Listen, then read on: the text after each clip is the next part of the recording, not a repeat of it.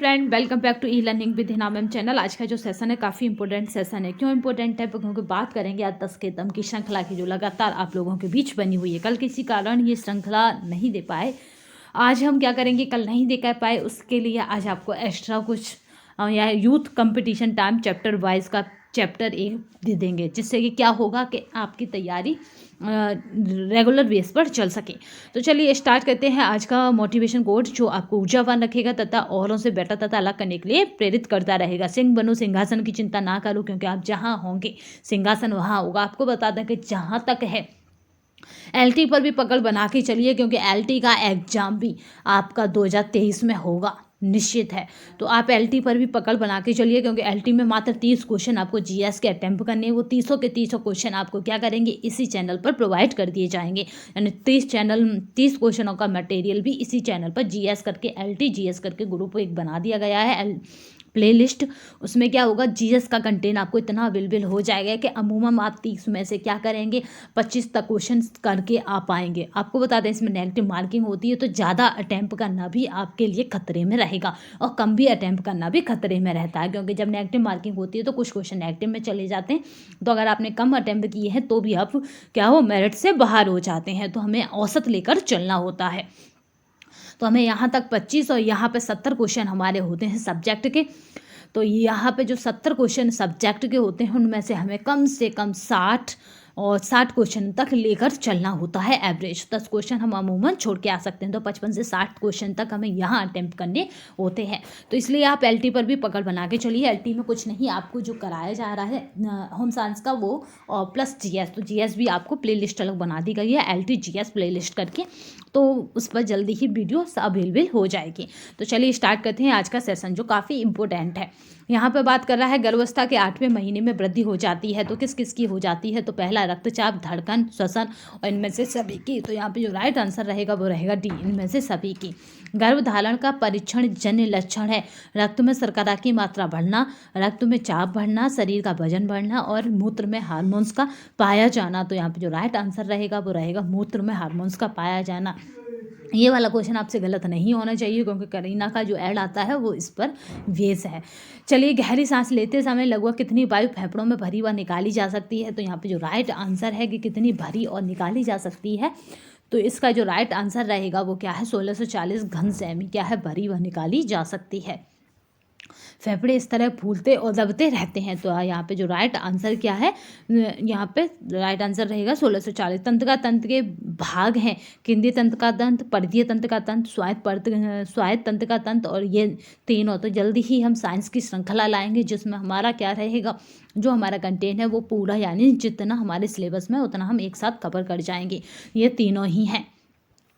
वसा का पाचन क्रिया करने वाले एंजाइम को कहते हैं, जो वसा का पाचन कर सके, पाचन क्रिया करती है वसा का, उस एंजाइम को कहते हैं। और यहाँ पे है होम्योलोटिक एंजाइम, प्रोयोलाइटिक एंजाइम, लाइपोलिटिक एंजाइम। तो आपको राइट आंसर क्या रहेगा, यहाँ पे लाइपोलिटिक एंजाइम कहते हैं। याद रखिएगा, वसा का पाचन करने वाला एंजाइम है तो वो हमारा है लाइपोलिटिक एंजाइम। संक्रामक रोग फैलता है वायु द्वारा, जल द्वारा, जीव जंतुओं द्वारा, इन सभी द्वारा। तो जो संक्रामक रोग होते हैं वो मोस्टली सभी के द्वारा फैलते हैं, क्योंकि आप दूषित जल पीते हैं तो भी हो जाता है, कभी कभी हवा के संपर्क में आने से, क्योंकि कभी कभी कोई रोग क्या होता है, हवा में फैल जाता है। तो जब आप संक्रामक रोगी व्यक्ति के रूम में घुसते हैं तो वहाँ की जो वातावरण की वायु होती है वो भी दूषित होती है। जीव जंतुओं के द्वारा भी फैलता है। कभी कभी देखा होगा, जो लोग मीट खाते हैं, जो मांसाहारी हैं, वो कभी कभी क्या होता है, किसी मतलब बीमारी से ग्रसित जानवर का मांस खा लेते हैं, उससे भी वो संक्रमित हो जाते हैं। प्राथमिक चिकित्सा क्या है? जैसे आपका क्या चला था, वो चला था चूहों से होने वाला प्लेग। वहाँ पे चूहा क्या थे, वाहक थे। चूहों से मतलब चूहों के शरीर पर वो बैठता था, जो मक्खी थी, और वो मतलब चूहों के जरिए उसे आपकी रसोई तक पहुंचाया गया था। प्राथमिक चिकित्सा क्या है? डॉक्टर द्वारा दी गई चिकित्सा, पानी में डूबने पर दी गई चिकित्सा, डॉक्टर के पहुंचने से पहले को दी गई चिकित्सा, बिच्छू के काटने पर दी गई चिकित्सा। तो यहाँ पर राइट आंसर क्या रहेगा, डॉक्टर के पहुंचने से पहले रोगी को दी गई चिकित्सा। एक गर्भवती स्त्री को निम्न में से कितनी कैलोरी ऊर्जा की आवश्यकता होती है? 3600 कैलोरी, 2700 कैलोरी, 3500 कैलोरी और 3200 कैलोरी। तो यहाँ पे जो राइट आंसर रहेगा क्योंकि गर्भावस्था में क्या होता है, अमूमन हर चीज़ की नीड बढ़ जाती है। तो यहाँ पे 3200 कैलोरी राइट आंसर रहेगा। निम्न में से किस प्रकार के बर्तन को साफ करने के लिए नींबू तथा नमक का प्रयोग होता है? चांदी, तांबे के हरे जंग लगे बर्तन, फर्नीचर, पत्थर। तो यहाँ पे चांदी को साफ करने के लिए हम इसका प्रयोग कर सकते हैं। कभी भी चांदी को आप सुनार से साफ नहीं कर पाएंगे, क्योंकि वो जिस केमिकल में चांदी को डालता है वहाँ से क्या होता है, चांदी की परत बन बन के चांदी छूट जाती है उस पानी में। और जो आपकी गलियों में आते हैं कि साफ करवा लो, उनसे तो कभी नहीं। एक बार आप गोल्ड स्मिथ से करा सकते हैं, यानी सुनार से करा सकते हैं, बट जो गलियों में आता है उससे तो कभी नहीं कराएंगे, क्योंकि वो इस तरह का केमिकल लाता है कि जिस तरह से सपोज आपकी चांदी का वजन अगर 150 ग्राम है, यानी 250 ग्राम है, तो 200 ग्राम रह जाएगा। 50 ग्राम चांदी उसके पानी में ही चली जाएगी, जिस पानी में वो आपकी चांदी को डालेगा या पायल को डालेगा। तो इस चीज़ का ध्यान रखेंगे। तो कभी भी चांदी को मार्केट में साफ़ कराने से बचेंगे। अमूमन किसी को देनी है तब साफ़ करा रहे हैं तो करा सकते हैं, बट किस पे कराएंगे, गोल्ड स्मिथ यानी सुनारों पे कराएंगे, तो वहाँ चांदी का जो परसेंटेज कट के जाता है वो 5 या 2% जाता है, तो उससे ज़्यादा नुकसान नहीं होता है। तो यहाँ पे राइट आंसर क्या रहेगा, चांदी रहेगा। और यहाँ पे अगर तांबे की बात करें तो अभी लेटेस्ट क्या चल रहा है, पीतम्बरी चल रहा है, उससे साफ़ करते हैं, बट पीतम्बरी इस तरह से पूछा नहीं जाता। सूर्य की किरणों से निम्न में से कौन सा विटामिन प्राप्त हो है?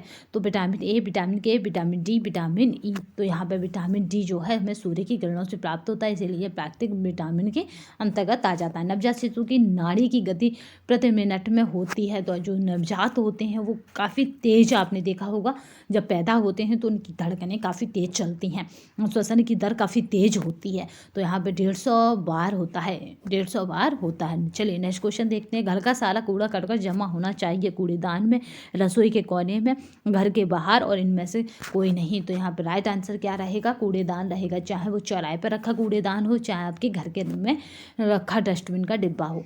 आधुनिक समय पर पर्दों, कालीन, फर्श इत्यादि को साफ करने का सर्वोत्तम यंत्र है। क्योंकि बात हो रही है आधुनिक समय की, तो सर्वोत्तम यंत्र क्या हो जाएगा, झाड़ू, ब्रश, वैक्यूम क्लीनर और झाड़न।